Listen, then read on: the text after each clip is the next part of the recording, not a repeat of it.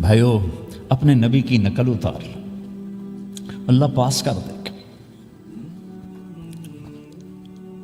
اس نے ایک چنا ہے جس کو حبیب بنایا ہے، 10,000 سال کا پروسیس ہوا اور اس میں سے محمد مصطفیٰ صلی اللہ علیہ وسلم کی ہستی کو وجود ملا۔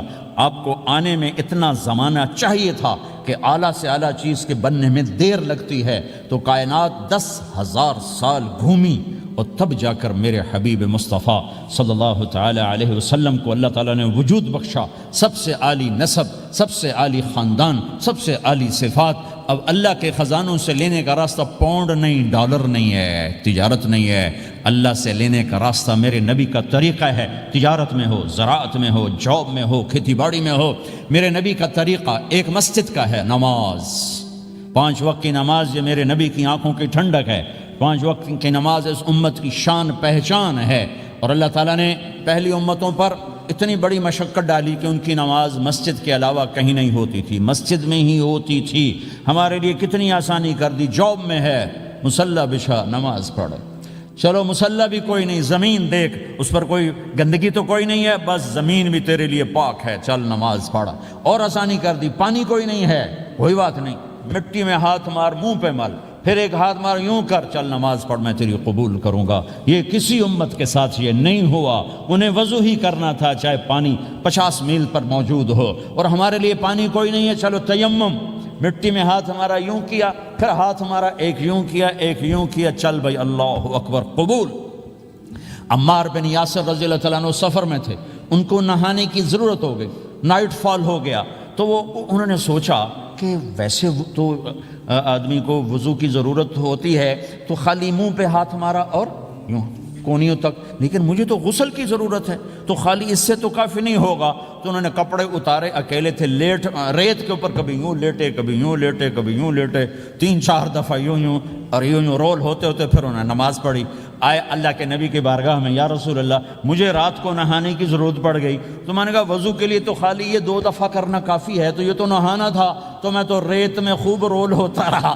میرے نبی نے انما یکفیک ضربتان، ارے سیدھے بندے عمار، اس کے لیے بھی اتنا ہی کافی تھا کہ تو یوں کرتا اور یوں کرتا اور تو پاک ہو جاتا۔ اللہ نے اس نبی کے طفیل، اس محبوب مصطفیٰ صلی اللہ علیہ وسلم کے طفیل، اللہ نے کیا کیا سہولتیں اور آسانیاں ہمیں عطا فرمائیں۔ پھر نماز 4 کی 2 رکعت کر دی کہ بھئی تم مسافر ہو 2 پڑھو، روزے میں سفر میں روزہ معاف کر دیا، بعد میں رکھ لینا، بعد میں رکھ لینا، قضا کرنے کو حکم، بالکل چھوڑنے کا نہیں۔ اور کہا کہ بھائی مریض ہو چھوڑ دو، مسافر ہو چھوڑ دو، اور نماز 2 رکعت کر دو، سنتیں چھوڑ دو۔ ابن عمر رضی اللہ تعالیٰ عنہ بیٹھے تھے تو انہوں نے 2 رکعت پڑھ کے بیٹھ گئے، تو ان کے خادم نے کہا سنتیں نفل نہیں پڑھو گے؟ کہا اگر پڑھنا تو 4 فرض پڑھتا میں، میرے اللہ نے معافی دے دی تو میں کیوں پڑھوں؟ میرے نبی نے سفر میں سنتیں نہیں پڑھی کبھی، اپنی امت کو سہولت دینے، فجر کی سنتیں 2 پڑھتے تھے، اس کے علاوہ سنتیں نہیں پڑھی تاکہ میری امت کو سہولت ہو، آسانی ہو۔ ایک دفعہ بارش ہو رہی تھی اور کوئی جگہ نہیں تھی نماز پڑھنے کے لیے، تو آپ نے اپنی اونٹنی کو آگے کیا اور اس پر بیٹھ گئے، بیٹھے ہی تھے، پیچھے صحابہ نے اونٹنیوں پر ہی صفیں بنائیں، اور یہ نماز اونٹنی پہ بیٹھ کر ادا کی گئی بارش کے اندر۔ نماز اونٹنی کے اوپر نماز بھی ہو گئی، رکوع بھی ہو گیا، سجدہ بھی ہو گیا، سلام بھی ہو گیا۔ پہلی امتوں کے لیے نہیں تھا، سجدہ ہی کرنا پڑے گا۔ یہ اللہ کے محبوب مصطفیٰ صلی اللہ تعالی علیہ وسلم کی طفیل، میرے اللہ نے ہم پہ فضل و احسان کیا، تو میرے نبی کی زندگی میں عبادات میں نماز سب سے اعلیٰ نظر آتی ہے، سب سے نمایاں نظر آتی ہے۔ اور پھر بازار میں، گھر میں، دفتر میں، ماحول میں میرے نبی کے اخلاق، یہ زندگی کا دوسرا روشن پہلو ہے۔ میرے نبی کی ساری زندگی 2 لفظوں میں آتی ہے، عبادت اخلاق، عبادت اخلاق، یا 2 اور لفظ، حقوق اللہ حقوق العباد، حقوق اللہ حقوق العباد۔ حقوق اللہ میں نماز سب سے اعلیٰ، اور حقوق العباد میں لوگوں کی برداشت کرنا، لوگوں سے درگزر کرنا، معاف کرنا، جھوٹ سے بچنا، دھوکے سے بچنا۔ میرے نبی سے پوچھا گیا، یا رسول اللہ مسلمان کنجوس ہو سکتا ہے؟ ہم نے کہا ہو سکتا ہے۔ یا رسول اللہ مسلمان کمزور ہو سکتا ہے، بزدل ہو سکتا ہے، ڈرپوک ہو سکتا ہے؟ آپ نے کہا ہو سکتا ہے۔ یا رسول اللہ مسلمان جھوٹ بول سکتا ہے؟ آپ نے کہا نہیں، جھوٹ نہیں بول سکتا، جھوٹ نہیں بول سکتا۔ ہاں، الا لعنت اللہ علی الکاذبین، جھوٹوں پہ اللہ کی لعنت۔ اس لعنت کے ساتھ 400 پاؤنڈ بچا لیے، 4000 بچا لیے، 4 ملین بچا لیے، 4 بلین بچا لیے، 4 ٹریلین بچا لیے، ساری دنیا کو بچا لیا، اور اوپر اللہ کی لعنت پڑی تو اللہ کی قسم گھاٹے کا سودا ہے۔ اور سچے ہو گئے، سچ بولا، یہ میں 100 پاؤنڈ کماتا ہوں، لے لو جو لینا ہے اس میں سے، یہ میں 1000 پاؤنڈ کماتا ہوں، لے لو جو لینا ہے، یہ میں 50,000 پاؤنڈ کماتا ہوں، لے لو جو لینا ہے، کہ مسلمان کی زبان سے جھوٹ نہیں نکلتا، سچ ہی بولتا ہے۔ آپ تشریف لے جا رہے ہیں، ایک آواز ہے یا رسول اللہ، آپ نے یوں دیکھا، کوئی نظر نہیں آیا، پھر آواز ہے یا رسول اللہ، تو آپ نے دیکھا کہ ہرنی ڈیئر چھوٹی وہ کھڑی ہوئی رسی میں بندھی، تو آپ نے کہا کیا ہوا؟ کہا جی آپ کا صحابی مجھے پکڑ کے لایا ہے، میرے چھوٹے چھوٹے بچے بھوک سے رو رہے ہوں گے، آپ مجھے چھوڑ دیں، میں بچوں کو دودھ پلا کے واپس آ جاتا، مجھے پتا ہے میرے اللہ کی تقدیر میرے بارے میں کیا ہے۔ تو آپ نے کہا اگر تو واپس نہ آئی تو پھر؟ تو اس نے کہا مجھے اللہ جہنم میں ڈال دے۔ آپ نے اس کی رسی کھول دی، خود وہیں بیٹھ گئے، اس نے دوڑ لگائی اور پہاڑوں میں گم ہو گئے۔ تھوڑی دیر کے بعد وہ دوڑتی ہوئی آئی اور آ کے سر یا رسول اللہ میں حاضر ہو گیا، تو آپ نے اس کو باندھ کے وہیں آپ بیٹھ گئے نہیں۔ دیر کے بعد وہ صحابی آئے جنہوں نے اس کو شکار کیا تھا، پکڑا تھا، تو کہنے لگے، ان کا یا رسول اللہ آپ یہاں کیسے؟ کہ میں ایک درخواست لے کر آیا ہوں۔ کہ کیا؟ کہ یہ ہرنی مجھے ہدیہ کر دو۔ کہ یا رسول اللہ سب کچھ آپ کا ہے، کہ بس یہ ہدیہ کر دو۔ کہ یا رسول اللہ حاضر۔ تو آپ نے اس کو لے کر رسی اس کی گردن سے نکالی، کہ جا بچی اپنے بچوں کے پاس جا کے خوشی منا، سچ نجات دیتا ہے اور جھوٹ ہلاک کرتا ہے۔ ایک ہرنی جان کی بازی کھیل گئی سچ بولنے کے لیے، تم چند پونڈوں پہ جھوٹ بولتے ہو، ایمان کو برباد کر کے رکھ دیتے ہو۔ مسلمان جھوٹ نہیں بولتا، مسلمان دھوکہ نہیں دیتا، مسلمان کی زبان سے سخت بول نہیں نکلتا، کسی کو بے عزت نہیں کرتا، کسی کو کی بے اکرامی نہیں کرتا، کسی کا دل نہیں توڑتا، کسی کو ذلیل نہیں کرتا، خود سہتا ہے، اوروں کو خوشیاں دیتا ہے، خود دکھ سہتا ہے، اوروں کو راحت دیتا ہے، خود تکلیف سہتا ہے۔ یہ میرے نبی کے اخلاق ہیں، یہ میرے نبی کی زندگی ہے، اور یہ اسلام کا سب سے بڑا چیپٹر ہے اور سب سے مشکل چیپٹر ہے۔ جب میرے نبی نے لمبی نمازیں پڑھی تو اللہ نے روک دیا کہ میرے حبیب ما انزلنا علیک القرآن لتشقى، اتنی لمبی نماز نہ پڑھ کے تو تھک جائے۔ میرے نبی نے تبلیغ میں زور دکھایا تو اللہ نے روک دیا، فلتذهب نفسك علیہم حسرات، میرے نبی اتنا غم نہ کر کے آپ خود ہی آہیں بھرتے بھرتے آپ مر جائیں۔ میرے نبی نے مال سارا خرچ کیا، اللہ نے اس سے بھی روک دیا، ولا تبسطها كل البسط فتقعد ملوما محسورا، اتنا خرچ نہ کریں کہ آپ خود پھر دکھی ہو کے بیٹھ جائیں۔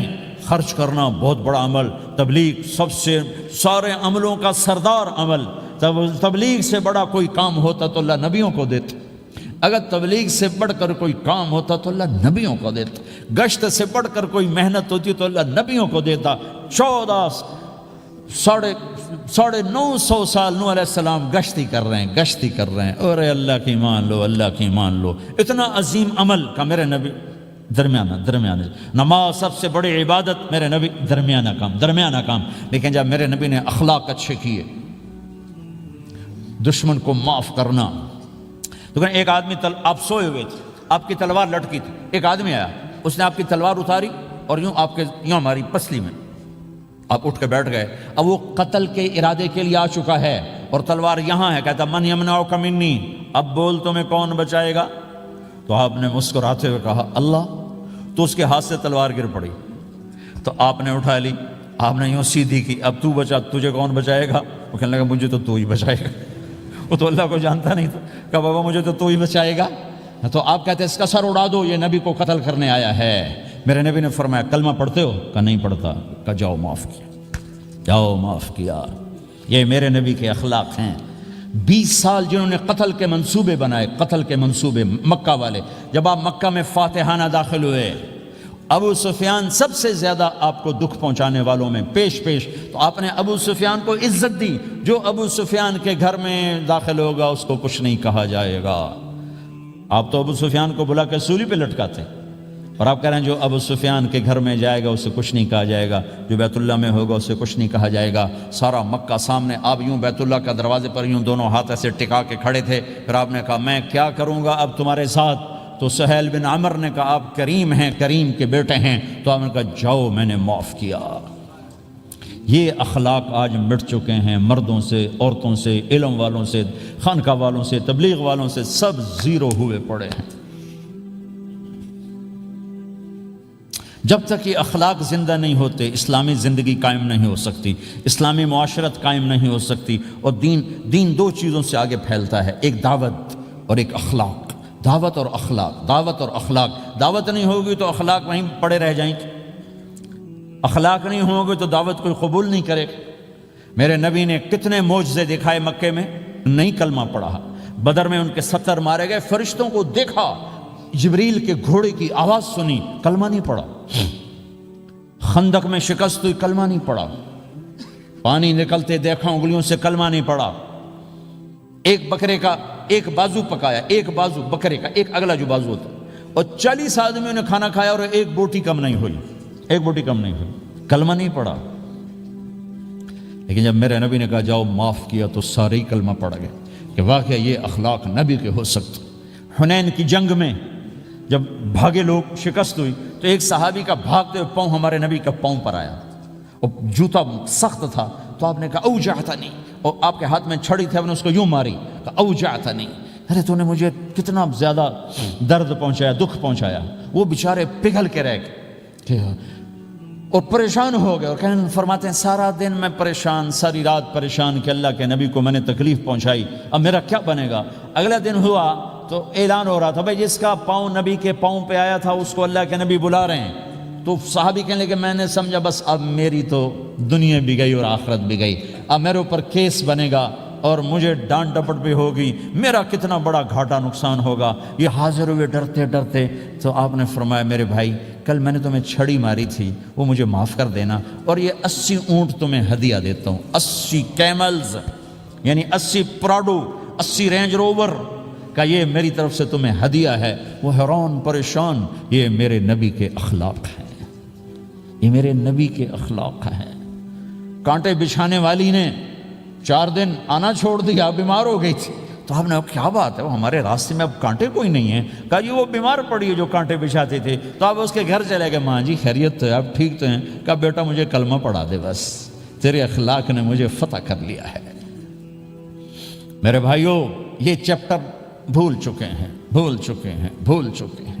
جب تک یہ چیپٹر زندہ نہیں ہوگا زندگی اسلامی نہیں بنے گی، معاشرہ اسلامی نہیں بنے گا، اور آگے قوموں کے لیے اسلام کا دروازہ نہیں کھلے گا۔ ہمیں معاف کرنا آتا ہو، ہمیں گالی دینے والے کو دعا دینا آتا ہو، غیبت کرنے والے کی تعریف آتی ہو، اور غیبت کرنے سے، غیبت سننے سے اپنے آپ کو ایسے بچاؤ جیسے زہر سے بچاتے ہو، اسے آگ سے بچاتے ہو۔ ایک دوسرے کو نفرت کا بول نہ بولو ورنہ ساری زندگی تباہ و برباد ہو جائے گی۔ میرے رب کی قسم، میرے نبی نے کہا ایک زبان کا بول انسان بولتا ہے اور جہنم کی گہرائیوں میں گر جاتا ہے، اور ایک زبان کا بول انسان بولتا ہے اور جنت کے درجات پر چڑھ جاتا ہے۔ یہ زبان بہت طاقتور چیز ہے، میں ہر بیان میں اس کو دہرا رہا ہوں کہ جتنا یہ عمل ختم ہو چکا ہے اتنا کوئی عمل بھی نہیں ختم ہوا ہے۔ اور ایک صحابی ہیں ابو دجانہ۔ کون ابو دجانہ؟ السابقون الاولون من المہاجرین والانصار، اس میں پہلی صف کے صحابہ۔ کون ابو دجانہ؟ جب آپ حج پر گئے تو اپنی جگہ مدینے کا امیر ابو دجانہ کو بنایا۔ ابو دجانہ حج میں شریک نہیں ہوئے کہ آپ نے اپنی جگہ ان کو اپنا نائب بنا کے وہاں کھڑا فرمایا، ابو دجانہ میری جگہ پر مدینے کا امیر ہے، یہ وہ ابو دجانہ ہیں۔ کون ابو دجانہ؟ جو جنگ بدر سے لے کر آخری حج تک ہر سفر میں شریک ہیں، ہر سفر میں شریک ہیں۔ ان کی ایک بات میں بتانا چاہتا ہوں، پہلے تھوڑی سی ان کی ہسٹری بتانا چاہتا ہوں۔ کون ابو دجانہ؟ احد کی جنگ میں آپ نے تلوار اٹھائی، کہا اس تلوار کو کون لے گا؟ کئی صحابہ کھڑے ہو گئے۔ آپ نے کہا اس تلوار کا حق کون ادا کرے گا؟ سارے بیٹھ گئے، 3 آدمی کھڑے رہے، ایک زبیر بن عوام، ایک عمر بن خطاب، ایک ابو دجانہ۔ ان کا نام ہے سماق بن خرشنہ، سماق بن خرشنہ ان کا نام، ابو دجانہ سے مشہور ہے۔ تو آپ نے تلوار نہ عمر کو دی، نہ زبیر کو دی، ابو دجانہ کو دی تھی۔ تو عمر رضی اللہ عنہ نے تو محسوس نہیں کیا، حضرت زبیر نے محسوس کیا کہ اس کو کیوں دی، مجھے کیوں نہیں دی؟ میں مہاجرین میں سے ہوں، میں پھوپھی کا بیٹا ہوں، میں اس سے دلیری میں کم نہیں ہوں، بلکہ حضرت زبیر کی دلیری کی تو دھک تھی۔ جدھر سلوار چلتی تھی کاٹتی چلی جاتی تھی، کہنے لگا میں دیکھوں گا یہ کیا کرتا ہے۔ تو ابو دجانہ کے پیچھے پیچھے زبیر ہو لیے، تو ابو دجانہ نے جو حملہ کیا تو 3000 کا لشکر تھا، اس کو چیر کے پار نکل گئے، پورے لشکر کو کاٹ کے پار نکل گئے۔ اور آگے عورتیں کھڑی تھیں جو مکے کے لشکر کو تیار کر رہی تھیں، نحن بنات طارقی نمشی علی النمارقی مشی القتل بوارقی المسک فی المخالقی المسک فی المفارقی والدر فی المخالقی ان تقبلوا نعانقی وتدبروا نفارقی فراق غیر وامقی، یہ گانا گا رہی تھیں اور ان کو تیار کر رہی تھیں۔ تو جب ابو دجانہ کی تلوار نظر آئی تو سب بھاگیں، ہندا پکڑی گئی تو آپ نے یوں اپنی تلوار ہندا کے سر پر رکھی، انہوں نے چیخ ماری، تلوار ہٹا لی۔ تو زبیر پیچھے پیچھے کہ کیا کیا ہے؟ جنگ میں اگر کوئی عورت حصہ لے اسے مارنا جائز ہے، ویسے جائز نہیں ہے، عورت کو، بچے کو، بوڑھے کو ہاتھ لگانا جائز نہیں ہے۔ تو انہوں نے کہا تلوار کیوں نہیں چلائی؟ کہا میرے محبوب کی تلوار ہے، عورت کے خون سے رنگین کر کے اس کی شان نہیں گھٹانا چاہتا، یہ میرے نبی کی تلوار۔ پھر واپس ہوئے، پھر اٹیک کیا اور پھر مجمع کو چیر دیا۔ سامنے ایک آدمی آ رہا تھا ہاتھی کی طرح، اتنا لمبا موٹا تازہ۔ تو زبیر کہنے لگے میرے جی میں آیا کبھی اس کی ٹکر ہونا، پھر میں دیکھوں ابو دجانہ کیا چیز ہے۔ تو اللہ کا کرنا ایسا ہوا، ابو دجانہ دونوں آمنے سامنے ہو گئے۔ تو وہ ایسے شاہ سوار تھے کہ دونوں طرف کے لشکر ذرا تھم گئے اور وہ دونوں بھڑ گئے۔ ابو دجانہ کے اپنے جوہر، اس پہلوان کے اپنے جوہر، غبار اٹھا، مٹی اٹھی، اور اس کی اپنی طاقت، ان کی اپنی طاقت، انہوں نے ابو دجانہ کو اس نے زخمی کر دیا۔ ابو دجانہ نے جو جوش میں آ کے ماری تلوار، اس کو لگی یہاں، تو اتنی طاقت سے لگی کہ اس کے نیچے اتر کر 2 ٹکڑوں میں تقسیم کر دی۔ یوں ماری تو ایک حصہ ادھر، ایک حصہ، پھر یوں دیکھا اور اپنے چہرے سے لوہی کی ٹوپی اتاری، کما ترا انا ابو دجانہ، کیا دیکھ رہے ہو؟ میں ہوں ابو دجانہ، تلوار صحیح لی ہے میں نے، غلط نہیں لی۔ یہ ابو دجانہ ہیں۔ اور جب شکست ہو گئی احد کی جنگ میں، اور پھر 10-12 آدمیوں نے آپ کو گھیرے میں لیا ہوا تھا، ان میں ایک ابو بکر تھے، عمر تھے، علی تھے، طلحہ تھے، زبیر تھے، سعد بن ابی وقاص تھے، اور سہل بن حنیف تھے، عبادہ قتادہ بن نعمان تھے، اور ابو دجانہ تھے رضی اللہ تعالی عنہم۔ ان میں سے ایک ابو دجانہ بھی تھے، اور یمامہ کی جنگ میں ابو دجانہ شہید ہوئے، یمامہ کی جنگ میں شہید ہوئے۔ یہ ابو دجانہ کی تھوڑی سی سیرت آپ کے سامنے آئی ہے۔ اس کے بعد اب آپ ان کے قول کو سنو تاکہ اس کا وزن آپ کے سامنے آئے۔ یہ بدر کے شریک ہیں، اللہ کے نبی نے کہا بدر کا صحابی جو مرضی کرے بخشا گیا۔ یہ صلح حدیبیہ کے شریک ہیں، اللہ نے قرآن میں کہا لقد رضی اللہ، میں ان سے راضی ہو گیا۔ یہ صحابی ہیں، اللہ نے کہا کلا وعد اللہ الحسنى، اے میرا نبی تیرے ہر صحابی کے لیے جنت کا وعدہ ہے۔ اور اب یہ کیا کہتے ہیں؟ یہ کیا کہتے ہیں لوگو؟ ان ارجع عملی عند، لوگو میرے پاس، ابو دجانہ میرے پاس بخشش کا سب سے بڑا عمل جانتے ہو کیا ہے؟ بدر نہیں، احد نہیں، حدیبیہ نہیں، خندق نہیں، خیبر نہیں، فتح مکہ نہیں، آخری حج نہیں، کیا ہے؟ کیا ہے لوگو؟ ان ارجع عملی عندی، میرے پاس آخرت میں بخشش کا سب سے بڑا عمل بس ایک ہے کہ ما آذیت احدا بلسانی، میں نے اپنی زبان سے کبھی کسی کو دکھ نہیں پہنچایا۔ ولا اجد فی قلبی غلا لاحد، اور میرے دل میں کسی کے لیے بغض کوئی نہیں ہے، بس یہ میری بخشش کا عمل ہے۔ تو بھائیو، نبی کے اخلاق میں 2 چیزیں لے لو، ایک زبان سے کسی کو دکھ نہ دو، ایک دل میں کسی کا بغض نہ رکھو۔ اللہ کی قسم بغیر حساب کتاب کے جنت میں جاؤ گے۔ بڑے بڑے جنید بغدادی اور بڑے بڑے معرفت والے تمہیں دیکھتے رہ جائیں گے، تمہاری رفتار اتنی تیز ہوگی کہ تمہیں وہی پکڑ سکے گا جس کا یہ 2 عمل تم سے زیادہ اچھا ہوگا۔ جس روڈ پہ رش ہوتا آپ وہاں سے گاڑی ہٹا لیتے ہو، ادھر نہیں جانا، ادھر رش ہے، وہ سائن وغیرہ آپ کو آ جاتے ہیں کہ بھائی ادھر بلاک ہے، ادھر نہیں جانا، ادھر جانا ہے۔ تو جہاں روڈ پہ رش ہوتا ہے تو قیمتی سے قیمتی گاڑی کی رفتار بھی آہستہ ہو جاتی ہے، اور جہاں روڈ خالی ہوتا ہے تو پرانی گاڑی بھی بھاگے جا رہی ہوتی۔ ہمارے یہاں پرانی گاڑی ہوتی ہے نا، پرانی بسوں کے پیچھے لکھا ہوتا ہے نہ انجن کی خوبی نہ ڈرائیور کا کمال، خدا کے سہارے چلی جا رہی ہے۔ اور جس کے پاس ایسی گاڑی ہو، نہ انجن کی خوبی نہ ڈرائیور کا کمال، تو اگر اس کو روڈ خالی مل جائے تو وہ تو مرسڈیز والے سے پہلے پہنچے گا۔ رینج روور والے سے پہلے پہنچے گا، بینٹلی والے سے پہلے پہنچے گا، رولز رائس والے سے پہلے پہنچے گا، جو وہ تو پھنسی کھڑی اور اس کا روڈ ہی خالی ہے۔ تو میرے بھائیوں، یہ میں ایک مثال دیتا ہوں، عبادات کی روڈ پہ بہت رش ہے، نمازی بے شمار ہیں، روزے دار بے شمار ہیں، عمرے والے بے شمار ہیں، حج والے بے شمار ہیں، اور تہجد گزار بے شمار ہیں، علماء بے شمار ہیں، حافظ بے شمار ہیں، ذکر والے بے شمار ہیں، بہت رش ہے، تبلیغ والے بے شمار ہیں، لیکن جو اخلاق والا روڈ ہے نا، یہ خالی پڑا ہے۔ اس پہ موٹر زوکی پہ چڑھ کے آ جاؤ تو سب سے آگے نکل جاؤ، سائیکل پہ چڑھ کے آ جاؤ تو سب سے آگے نکل جاؤ، کہ روڈ ہی خالی ہے، اخلاق کا روڈ خالی ہے۔